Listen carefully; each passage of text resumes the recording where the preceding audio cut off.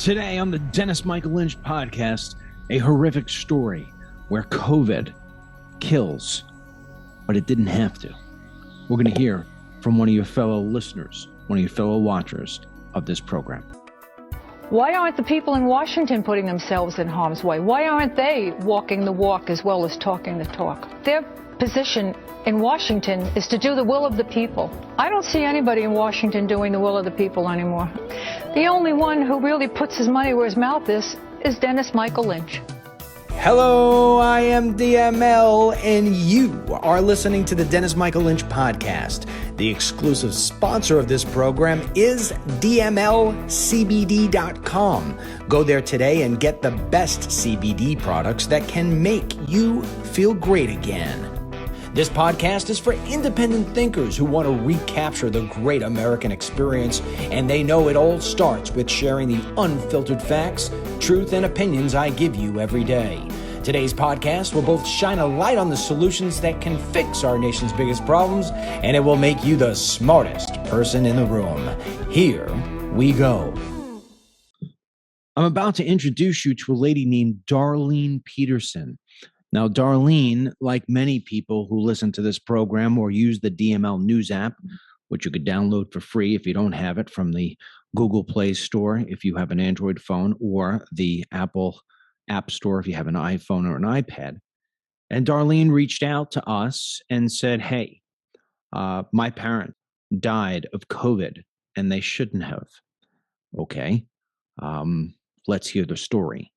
So I had my producer, Lori, reach out to Darlene and sort of do a pre-interview. And she came back and said, this is a story worth hearing because I bet you that there are a lot of people who have dealt with the same sort of thing and maybe are dealing with it even now that COVID sort of has run its course, or at least appears to have run its course. We're coming to the very end.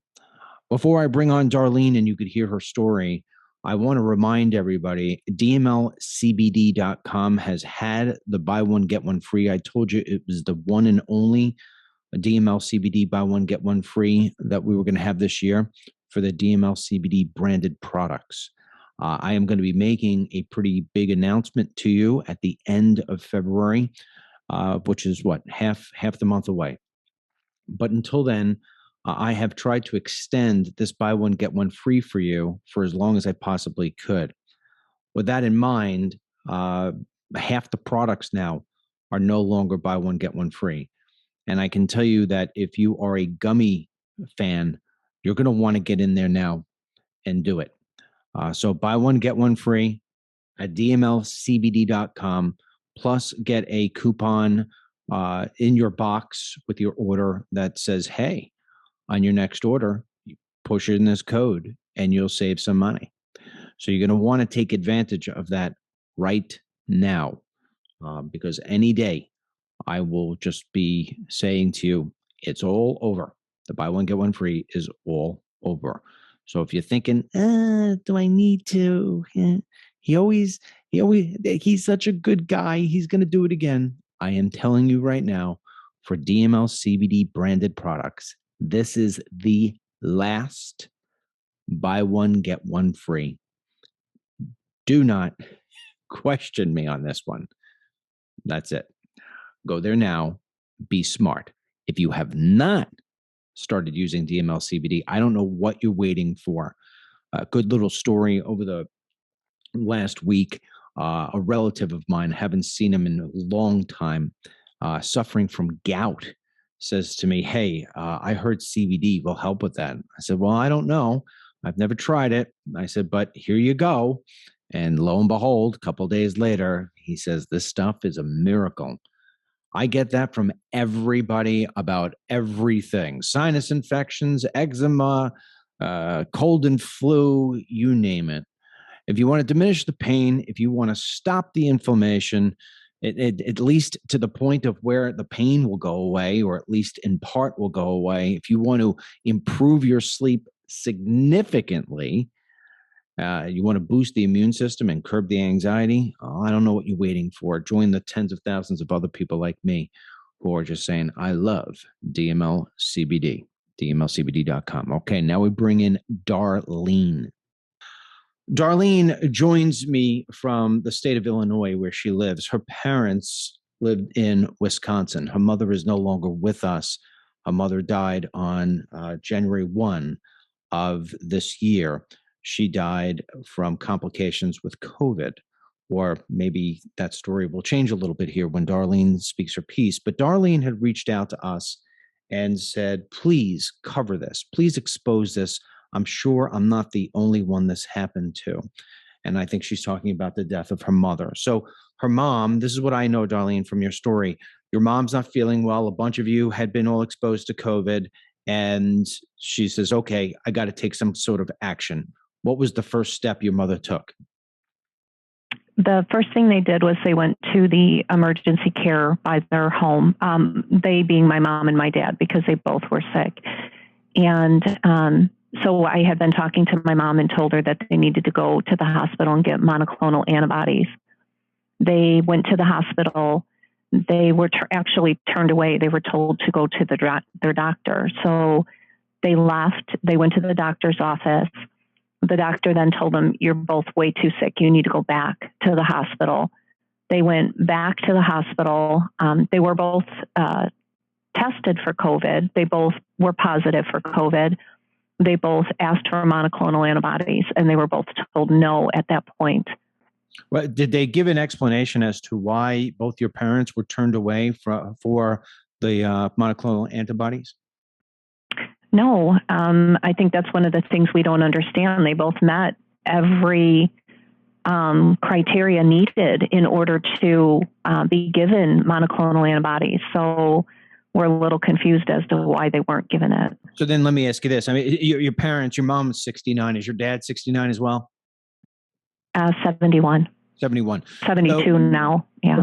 Okay, so when they come home from the hospital, obviously they're talking to you, right, or somebody else in your family, and did they say like an excuse that was given, any excuse, or they just said they denied us?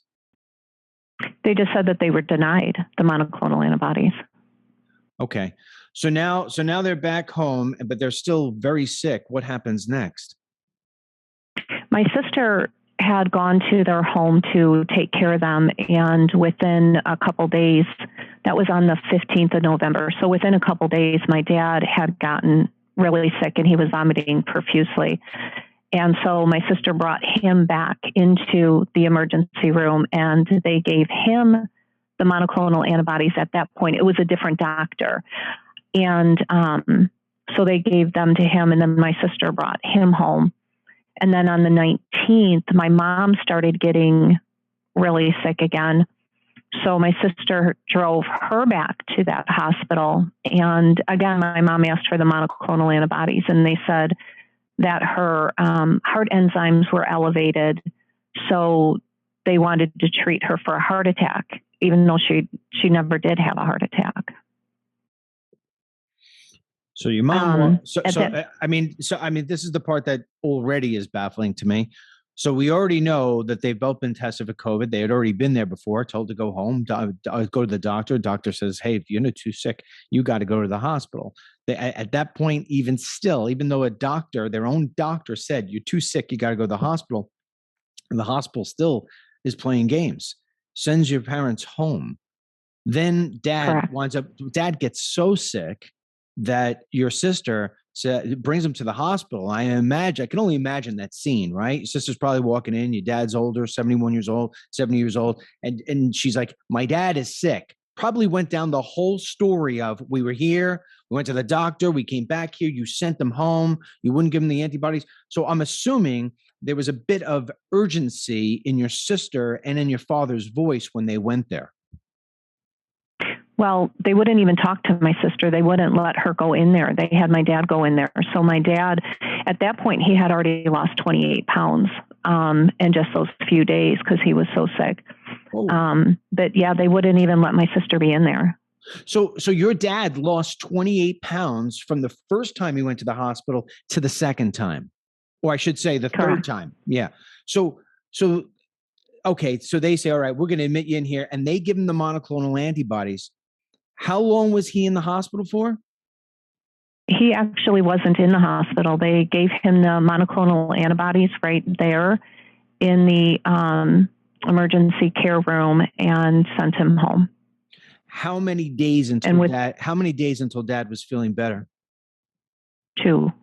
2 days. I mean, he started feeling better the next day, but within 2 days, he was extremely better. Does your dad have any underlying conditions at that point in his life other than just, I feel sick with COVID? Well, actually, my dad has COPD, and so you would think it would have affected him a little bit worse. But once he got those monoclonal antibodies, he was doing really well. He was back to almost normal. So now he's back 2 days later after monoclonal antibodies. He's like, hey, all right, it looks like I got past this. But mom starts to slip and she starts to get really bad. Your sister takes her. They don't allow your sister in. Mom goes in and says, hey, this is theoretically the third time I'm here. My husband was just here, because there's no doubt she's saying this. So my husband was just here. You gave him the monoclonal antibodies. He got better in 2 days. And now I'm sitting here, I'm sick. And they're looking at your mom and saying, we think you're having a heart attack.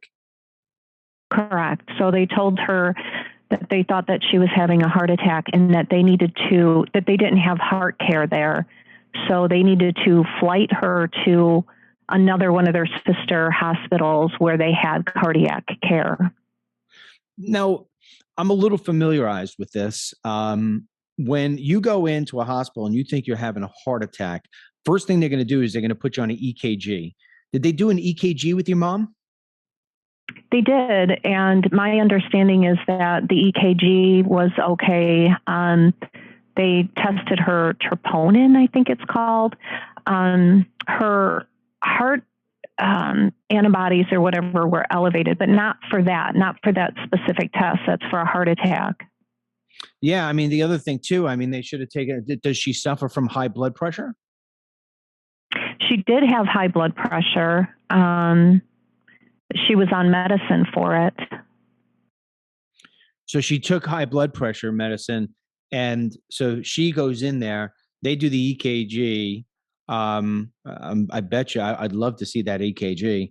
So she's going, look, anybody who's going to go into the hospital, their blood pressure is going to go higher anyway, just because of the event in itself. So you take somebody who's got naturally high blood pressure, then just the fear of, I've got COVID, I'm going into this nasty environment, that's going to be elevated.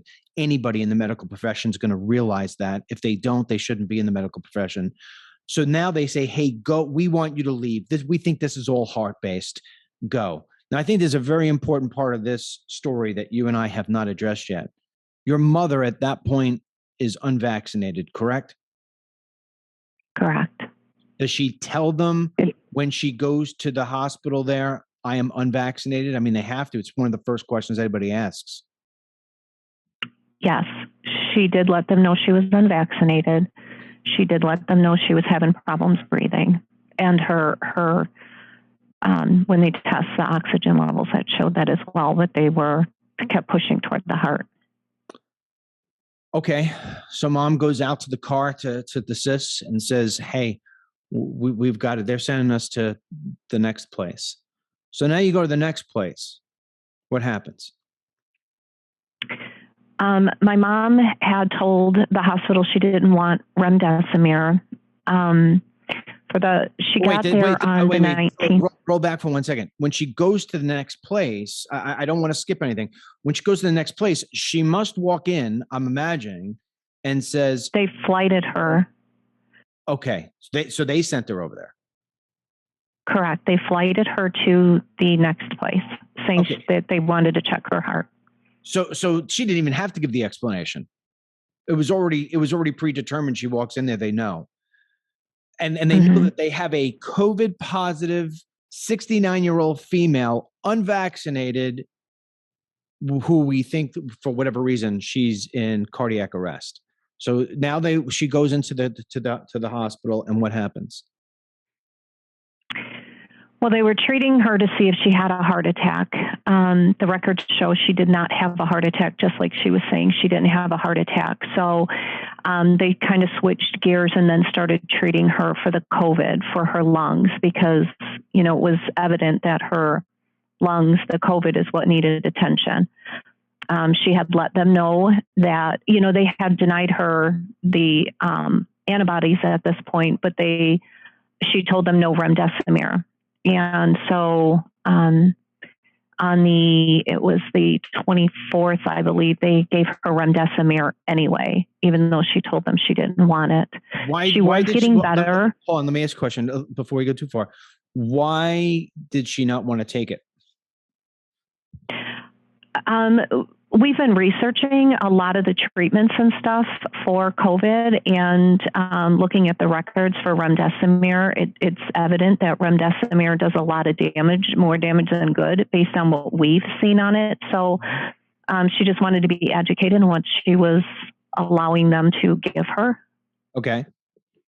So she says, "Don't give that to me." Well, I mean, I guess the good news is, although it's starting to get running a little late, they do admit that your mom is not having a heart attack and that this is pure COVID. But she's at this point, I want to make sure she's still at the COVID hospital. I mean, at the cardiac hospital. She's still at the cardiac hospital. Correct. They flighted her to. Okay, so then they give her what she says she does not want. How do you? I mean. How does she know that they gave it to her? She didn't know. So my sister was talking to them at the time, and they said because she had told them she didn't want remdesivir, they told her that they were just going to give her an antiviral. She didn't realize that antiviral was remdesivir. She, I think she just trusted them because she had told them no remdesivir. They knew that, and then they said, "We're just going to give you an antiviral."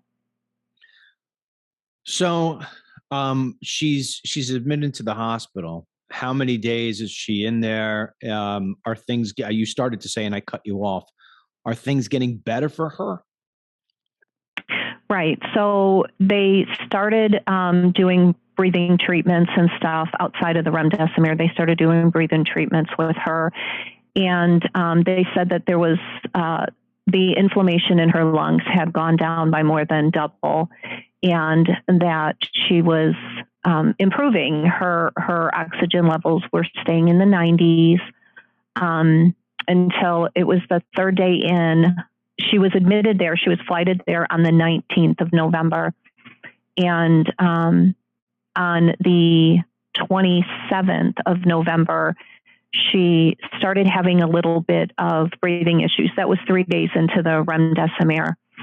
Her oxygen levels at one point went down to 85, which wasn't terrible, but they told my sister and my dad that her oxygen levels had dropped into the 40s, which we believed. I mean, we thought that was truth, but because of the stuff that had happened at the third time when they transferred her again, I'll kind of go into that, but we found out that wasn't truth.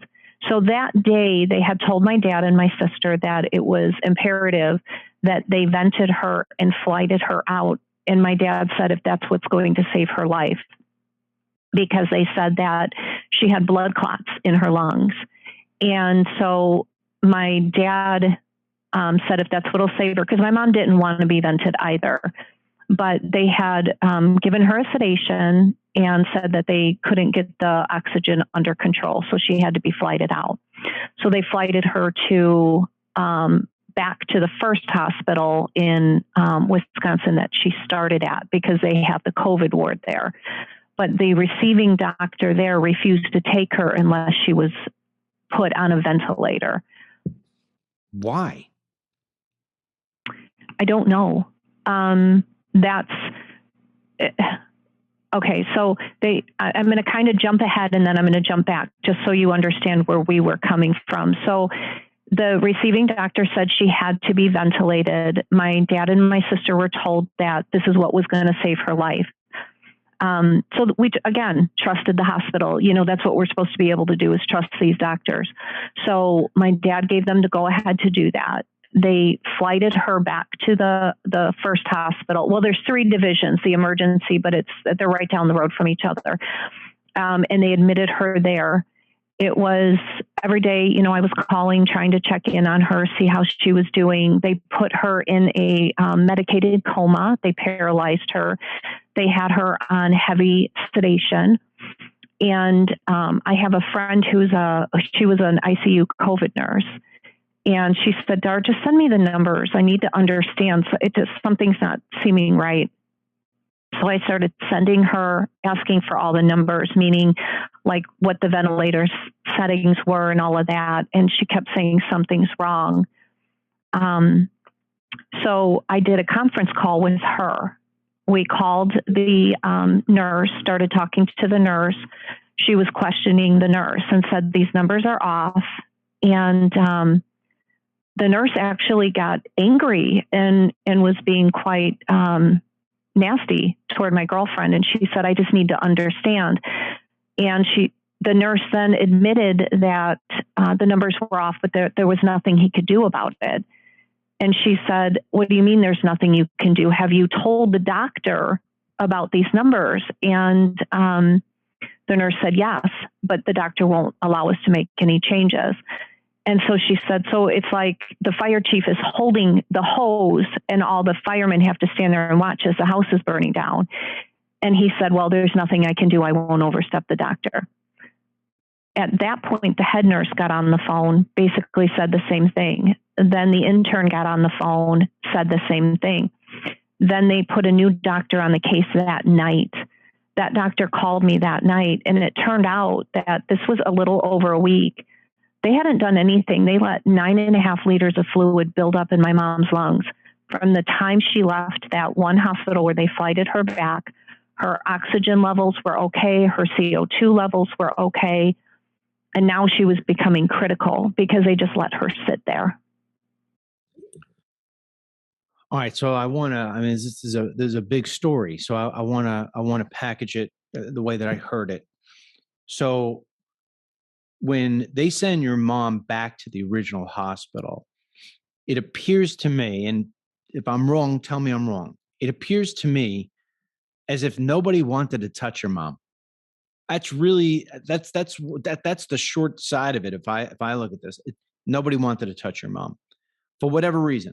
Maybe a way of lashing out that she was unvaccinated, maybe a way of saying, hey, I don't want to catch this, which I don't understand. They got a whole COVID ward. Maybe it's because they look at the records and say, my God, we did this wrong from the get-go. We said that this was a heart attack. It clearly wasn't. We put this woman in harm's way, and now she's back to us here again. Well, boy, best thing we could possibly do is if we didn't have to deal with her anymore. I'm just baffled by what it is you're telling me. And so I almost, and I don't mean to insult you, but there almost feels like there's a piece of the story that's missing because it just doesn't make sense. Is there anything missing that you can think of? No, see, that's what was so crazy is, they even called us in and asked my dad to do a DNR. And when we were sitting there, they're like, she had a heart attack. And we were like, no, she didn't. And even the doctor's like, she didn't have a heart attack. And then they're like, oh, she had a blockage in her intestines. She had all this bad stuff going on. We're like, no, she didn't. And so the doctor verified at that point that, none of that was even true. So we were like, she was getting better based on what, we were told. So just like you, it was like, what piece are we missing? And I'm going to be honest, I sit here every day and go, what piece am I missing? Because, and I apologize, but it just seemed, she was getting better. Everything seemed to be going right. And then all of a sudden, so we're like, okay, there were blood clots. And so when we were asking this hospital about the blood clots, they seemed very unconcerned. And they're like, oh, we've got her on blood thinners. So we were thinking, okay, she had blood clots. This was absolutely necessary. So going back to the day that my friend was on the phone with them, we were asking about the blood clots. We were asking about all of that. And they were very, for lack of better words, complacent, like, we're not giving you any information. She's doing okay as far as that goes. So we were, if these blood clots were so concerning that she had to be vented, why did they seem so unconcerned with all of that? It was very confusing to us. So they had her on the sedative. They told my dad that if he wanted to see her, basically we had to agree to pull the vent for us to see her. My dad wouldn't do that. Why? Did again, they still confused. Hold on. Did they give you an explanation as to why you had to pull the vent? They had to pull the ventilator in order for you to see her? Well, because she was in the COVID ward, and the rules and regulations are no visitors, and the only way that you're allowed to visit is if it's to say goodbye. Which my dad pointed out afterwards, which I didn't catch that day, so I was upset because my dad was like, we're not pulling the vent. Her organs were doing okay. All of her numbers were good. Her heart numbers were good. Her kidneys were good. All of that was working great. And so we said, we know by researching COVID, it takes time for the lungs to heal. And because her lungs were doing well before she came here, even if those blood clots went into the lungs, and they, the hospital wasn't concerned about them. So why should we be? Let's give her lungs time to heal. So the nurse said, we'll bring you up to the window. And so we did. My dad and I, we just looked in the window at her. And when we got back to my parents' house, my dad said, did you even notice that the room next to your mom had visitors? And I'm like, I did, but I didn't put, 2 and 2 together. So they were allowing visitors. But they kept telling us we couldn't see her. We had to have these meetings to see whether or not we were going to pull the vent. The new doctor, going back to you saying about her not being vaccinated, that new doctor, that day that my girlfriend was talking to them on the phone, that new doctor, when he got on the phone with me, he said, it appears that you guys have knowledge about this. And I said, well, we have family members who are in the medical field. My stepdaughter is a nurse. She was an ICU nurse for COVID. My friend who they were talking to was an ICU nurse. In firemen, paramedics, we have a lot of family members that are in the medical field. And he said, then why wasn't she vaccinated? And, I was like, that's neither here nor there. That doesn't matter. That shouldn't matter. Oh, when you are going to visit, wait, let me just ask one question. When you're going to visit her at the window, she's in a coma state, right? She doesn't know you're there. I mean, you correct. Can see her, but okay. So, because the reason I bring that out is because a lot of times people will say that if somebody is in a coma, even though you can't get a reaction from them, they could hear your voice or they can feel your touch or something. And there's a belief in that. And so, I mean, right. Here you are, you're not getting to go in, you're not also getting to see everything. I mean, you've seen it through a window. I don't know. It just sounds weird. Go ahead. Continue. So as it progressed, I talked to them every day. My girlfriend, I would talk to her, and so the doctor admitted that there was 9.5 liters of fluid that they just let build up in and around her lungs. They weren't even trying to remove it from her lungs. And so my girlfriend said, they had talked to my dad into doing a DNR. She said, pull that DNR right now because they're using that to just let her die. Yeah. And so we pulled the DNR. And so then they started trying to get the fluid off of her lungs and stuff. But, what makes me sad in that and makes me extremely angry is, again, you trust these doctors. And in doing a DNR, you're assuming that it's just if something major happens that they're going to let her go, not just sit there and drown in her own fluids where they could be trying to do something about it, but they didn't. Right. And so the second doctor, he said, well, I'm not the one who did it. Because I said, he's like, we're, I think 2 weeks into it at that point when they had him, when he was really trying to get the fluid off and everything. And I said, it doesn't matter who did it. The fact is that you guys didn't take care of her for over a week, you hampered her healing. She was doing okay in her lungs. You guys hampered her healing process. This wasn't her body just doing it. Your hospital played a role in this. Mm-hmm. And so he said, I'm going to do everything I possibly can. When they put the vent in, they tore a little hole in her lung. And at first they tried to say that it was from her coughing.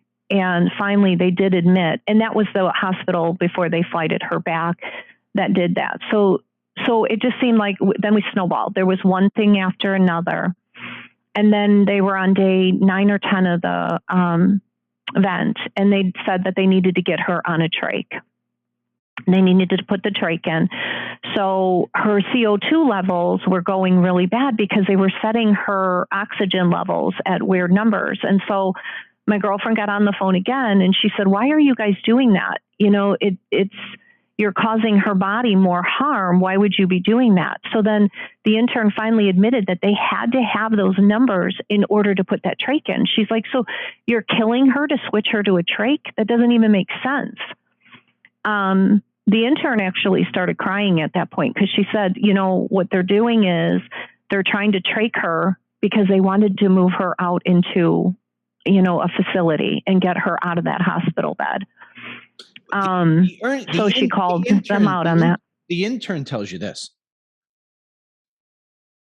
No, well, the intern said that the doctor wanted her numbers at certain numbers, and it didn't matter what else it was messing up in the body. They had to keep her at those numbers to put that trach in. Okay.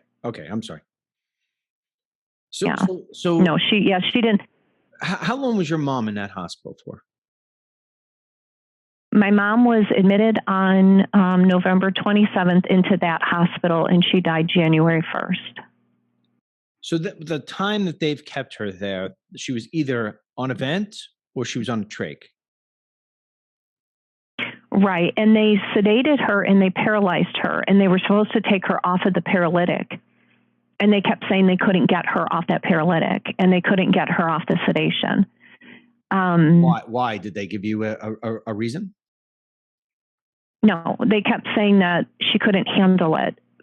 But so they said that they wanted to have a meeting with us again, with the entire family, about pulling the vent on her. Now, the whole time the doctor kept saying, you need to pull the vent, you need to pull the vent. A nurse even called me and said, I wouldn't be doing you any justice if I didn't say that you need to pull the vent on your mom. She's dead anyway. Which I'm like, I mean, who are you to judge whether she's dead or not? Her heart is still beating. Her lungs, are the only thing that there was an issue with at that point. But so they called us and they said, we want the family to come in and discuss pulling the vent on her. So we all went in, my siblings, myself, my dad. Well, it's illegal to pull a vent on somebody if they're on that paralytic. So that morning they pulled the paralytic, and assuming that we were going to pull the vent. So we had a family discussion after talking to the doctor. And again, all of her organs were doing really well. So we made the decision that we were not going to pull the vent. She did perfectly fine coming off of that paralytic. She didn't have any problems. So they pulled the paralytic the day thinking that we were going to pull the vent on her. Any other day, they weren't able to do it. But that particular day, she did perfectly fine with it. I find that hard to believe too. They were supposed to be checking and making sure that her neurological, I don't know the word I'm looking for, but that she neurologically was doing okay. They never were checking that.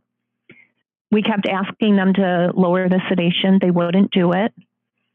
There's a test that they're supposed to do. I guess it's ICU 101. They put it on there. You know how people in the ICU unit, the fluid builds up in their tissues, and they're supposed to do diureses to pull that off. They let 22 pounds build up in her tissue after the whole lung thing, after we found out about the lung thing. They never did anything until I called and said, why is she so swollen? You need to start pulling it off. My girlfriend had them test that. It was way over. And that day is when they started trying to pull it off. it was like she was guiding me, and then they would do things to help my mom because she said that this should have been done. Oh, okay, we're going to do it at this point. So they weren't doing what they were supposed to do. No, it sounds, I mean, look, and to their defense, there are two sides to every story, right? Right. But, here is the sort of story where you actually love the person who is in the middle of all this. And to them, she's just another person taking up a hospital bed, to be quite honest, at least in this case. And I don't want to make it sound as if all medical, health providers act like this. They don't. But in this particular case, it sounds like your mother is in the middle of a very, very poorly run, terrible bedside mannered hospital facility. So at some point, it is clear your mom is not going to survive this. Bring us to the point of where we're coming to the end. Well, I mean, we thought everything was going better. And the doctor had asked me again, I think at this point you guys should pull the vent. He used different wording. He said he didn't like the fact that I kept saying pull the vent, but that's what it was to me, pull the vent. And I said, we're not in a position where we feel like we have the right to play God. I mean, all of her organs are doing fine. And until, we see something happen, we're not willing to do that. Her lungs need time to heal. And so he asked me, he said, do you feel pressured? And I said, absolutely. I feel like you're pressuring. You guys keep calling us, asking us to pull the vent. And, just do your job. Your job is to do everything you possibly can to save my mom. Just do your job. That's all I'm asking. And so the next day, all of a sudden, her kidneys started failing. And they said that they needed to put her on a dialysis machine to save her. And, we really don't think your dad wants to do that. And so my dad said, yes, put her on dialysis. And so the nurse was like, why would you do that to her? Now you're going to have to run a thing into her jugular. And I said, my dad's making the choice to put her on dialysis. Her kidneys have been doing perfectly fine. We don't understand why all of a sudden her kidneys would start shutting down, other than, in our mind, if you start diuresing way too fast, it's going to harm the kidneys. But, so anyway, the doctor called and he's like, she's on dialysis now. And I said, we've said from the beginning, if her organs start shutting down, but that wasn't happening. The next day he called and he said, you guys need to get here. All of your mom's organs are shutting down. And, so that's when we went in.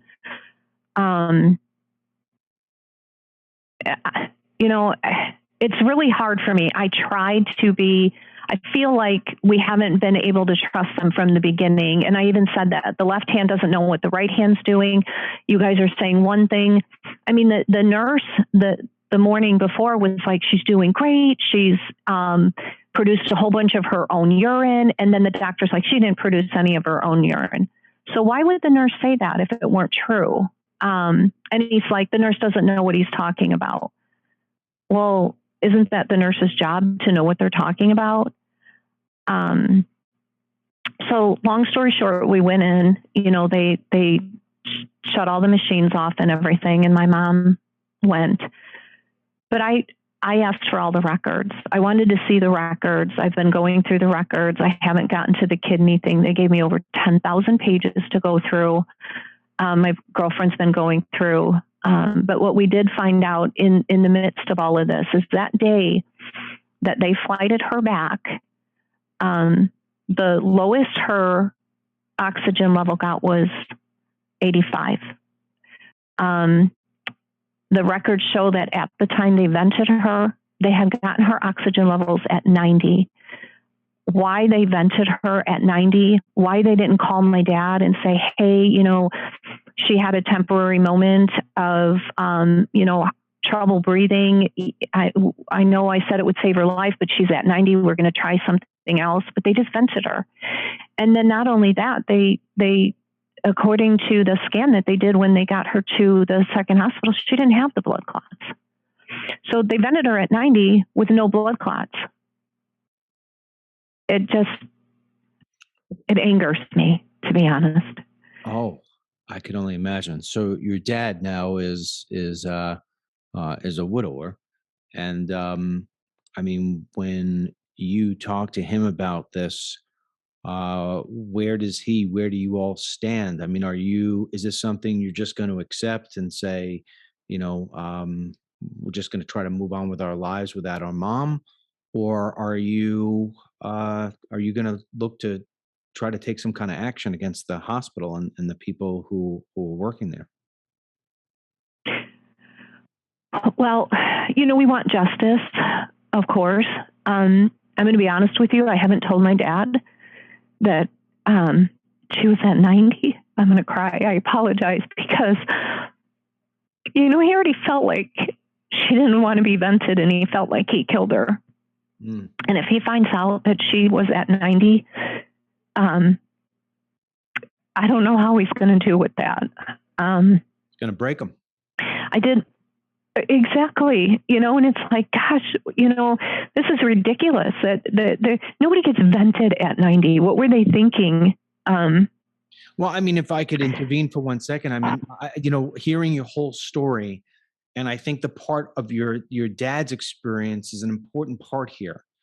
They go in together, they're rejected together, right? Your dad goes back, and look, in this new day and age, you got to watch everything you say, except for on this show. I don't give a shit. Excuse my French. But, if I walk into a place and Mary then walks into a place, I'm automatically going to be treated differently because my elevation of voice is give me the monoclonal antibodies now is much different than when my Mary will say, well, I don't understand. You gave it to my husband. It's two different ways.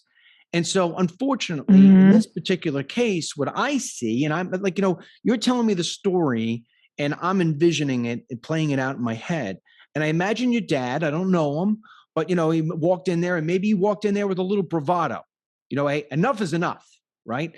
Your mom walked in there and maybe, was still a little angry, but didn't come off on the same measure. And it's baffling to me because I hate to say this to you because I know you're emotional with this, as you should be. But my thought is that if they gave your mom the monoclonal antibodies like they did your dad, your mom is still alive, and I'm not interviewing you right now. Right. And that's what my sister, she even put a review on there and said, she called out the doctor that refused her the first time too and said, I think that it would have been a different outcome had she been treated properly from the start. And, the ball was dropped all the way through. They misdiagnosed her in the first. She was telling them it's not my heart. They didn't treat her the first time she was there for COVID. They didn't treat her the second time she was there for COVID. She tested positive for COVID. That's what they should have been treating her for. They didn't. Even if she were having a heart attack, that COVID still needed to be addressed, and it wasn't from the start. And all the way through. In your 10,000 pages of documentation, have you found anything that says anything about her having a heart attack, even a slight heart attack? No. What they did was the doctor put on there that because they told her the first time they said we want to keep you to give you potassium, and she's like, just give me the potassium. I need to be treated for COVID. So they didn't even say like a heart attack. They just said she had low potassium. So they didn't say she was having a heart attack in the paperwork itself. They said they wanted her treated with potassium. So they did send her home with potassium pills that first time around, but they didn't send her with anything for the COVID, nor did they address it. When that's what she was saying, I can't breathe. When they called you in and you were going to say goodbye to your mom, that had to be a brutal experience on your entire family, yourself, your dad, your sisters. I've got to believe that Yeah, and I'm sorry, I'm not looking to make you upset. I'm just, the point of having you on the program here, as far as I'm concerned, is for you to tell your story and for other people to learn from it. And so this way it doesn't happen to them. And I know, as a side note, I had here as a note that this hospital that you were at, there were a bunch of people who had died from COVID in that particular week, if I'm not mistaken. What was it, 35? 35 in a month. There were multiple people in the hospital, 35 in a month. And we actually have a family friend whose niece was in there. And her story, until they had made mention that they knew us, hers was almost mirroring my mom's. Exactly what happened with my mom was happening with this girl. She was in her 30s, unvaccinated. Unvaccinated. When you're sitting there with your mom and you're saying goodbye, I'm sure that all the things that you got to experience with having a great mom for the 69 years that she was alive and the years that you were her daughter, I'm sure there was a lot of that. But if you could do anything all over again, um, what would you do differently? What would you tell somebody? Um, because I'm struggling here because what I'm envisioning, and maybe I'm speaking out of league here, but I'm envisioning you're going down this entire path, and you have faith in the doctors, you have faith in the hospital, although you're not very happy about what you're hearing back and it's questionable, but you have your advisors on the side. You're hoping that the hospital has got your mother's best interests in mind. So all along, even though you're nervous, there's that little thing in the back of your head that's, hey, dad was okay, mom's going to be okay, we're going to get through this, her organs are okay. And then at some point you recognize, and I'm imagining that point is the point of you seeing your mom for the last time. She ain't coming out. And so I'm sure in the past 45 days, you've had a lot of time to reflect on what you would have done different. If there was one thing that you would have done different, what is it? Advocate for your family from the minute they walk in there, because had we known from the start, they had to jump on us just because she wasn't taken care of at that first hospital the way she should have been, to the second hospital the way she should have been. And had we known that these hospitals aren't taking care of the patients the way they should be, we would have advocated from the beginning. You put your trust in these doctors, you put your trust in these hospitals. And at this point, I would never, ever do that again. Even if it's a world-renowned doctor, you have got to be advocating and educating yourself on what's going on. Well, I will say that there's a little bit of, look, I'm a stranger, right? All I can do to try to make you feel a little better is I'm listening to your story. And, there, I don't know, maybe I'm wrong in saying this. There sounds like you have a little bit of guilt that you didn't advocate enough. I don't know. I'm listening to your story, Darlene, and it sounds to me that you did everything you possibly could once you saw that things were being done wrongly. And that's a shame. This isn't a function of you not trying. This is a function of them not trying or not doing things correctly. And the question becomes, why didn't they do it correctly? And why didn't they give your mother the monoclonal antibodies, even though she checked every single box? It's disgusting. I'm sorry that this happened to you and your family. And I don't know what to say about you being able to pick up the pieces. I'm sure this is going to be something that's going to hurt for a very long time. But I hope that you don't allow these people to just get away with what they've done, because if people don't push back, they're just going to keep doing it again and again and again. So I hope your family, after you go through the mourning that you're going through right now, and I appreciate you taking the time with us here today. I hope you go after them with an iron fist, because it sounds to me there's a lot of people who did a lot of wrong. I give you the final word. I give you the final word, darling. Again. I just want to say, I mean, we did contact Medicare, but I think that there's attorneys out there that are afraid to take these cases. I mean, we have proof. We have solid proof of what happened. I mean, I have all the records. And so this isn't hearsay. This isn't something that I'm making up or imagining. And as we've gotten into it, we've seen it's happening in so many places. I have 3 friends who were given medicines invented that were their loved ones told them no. But the legal people in this country, the doctors, people need to start standing up and fighting against this, because it's happening, and it's happening everywhere, not just in the hospital where it happened to my mom. It's happening all over, and it's not going to stop until people are willing to stand up or willing to fight for the victims or the victims' families. Yeah, I mean, I tell you, the one thing that I have hated about all of this is the idea that you can't go in and see your loved one. I mean, the part too that you're telling me that right next door they're having visitors and you're not having visitors, that's the part that sounds very sketchy to me.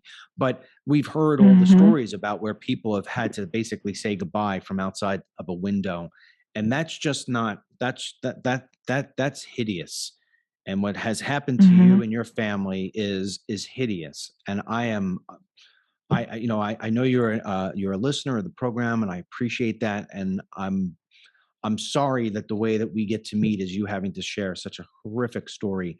And my prayers go out to your family, and I'm sorry for your loss. And I hope your dad never finds out about the oxygen levels, because it would. I thought about how I would be if I were your dad and it was, your mom was my wife, and I just know it would just break me to pieces. So I hope he never finds out. Darlene, I thank you so much. I thank you for making the effort to come on here. And I know it's a very tough time for you. I'm so sorry. I'm so sorry this happened to you and your mom. Thank you. Thank you. Stay well. Well, that's it. I mean, that story right there just breaks your heart. And there's no doubt in my mind that there are more stories like that in the United States. And although COVID seems to be now slowing down, we still are in its grasp. And so I urge you, please listen to Darlene's story. She said the thing about we need to better advocate. And she's right. And, I said my 2 cents there about, don't feel guilty. She tried. But, I know that if it were my wife, I know that if it were one of my family members, I would be a blazing tornado. I don't care if they would arrest me. I don't care what they would do. They could throw me in cuffs. They could try to do whatever they want. But when you're in a situation where how disgusting things are going in this country, doctors are compromised, medical centers are compromised, Anthony Fauci and the CDC, they're all compromised. And what has happened in this country over the past 2 years is just sinful. And I think that in the end, it comes down to you. You're your own best warrior. You're your own best family's warrior. And you cannot take no for an answer. And you must be stubborn. And you never leave. You don't leave. Say, call the cops on me. I don't give a shit what you do. And if they call the cops on you, you go back the next day. It doesn't matter. It doesn't matter. You're fighting for the lives of your loved ones. Nothing else matters. I appreciate Darlene reaching out. I feel it's important that we do tell the stories of people who are part of Team DML and our listenership and our viewership and members. So that was a tough interview for her. And I appreciate you listening to the interview with Darlene Peterson. All right, that's it for me. Don't forget, dmlcbd.com. Buy one, get one free. Get in there before you miss out on everything. We shall talk to you soon. Until then, God bless you, our troops, these United States, our first responders, your entire family, Darlene, her sister, her entire family, her dad, and her mom, who no doubt is in heaven listening down to this podcast and being very proud of her daughter. We'll see you later. This podcast is produced by Anita Griffey, Lori McLean, and yours truly. And you could subscribe by going to the Apple Podcasts page and search for Dennis Michael Lynch Podcasts. And make sure to leave us a 5-star review. Or you can download the DML News app from the Google Play Store for Android phones and the Apple App Store for iPhones. And do not forget to visit our sponsor, DMLCBD.com, so this way you can feel great again.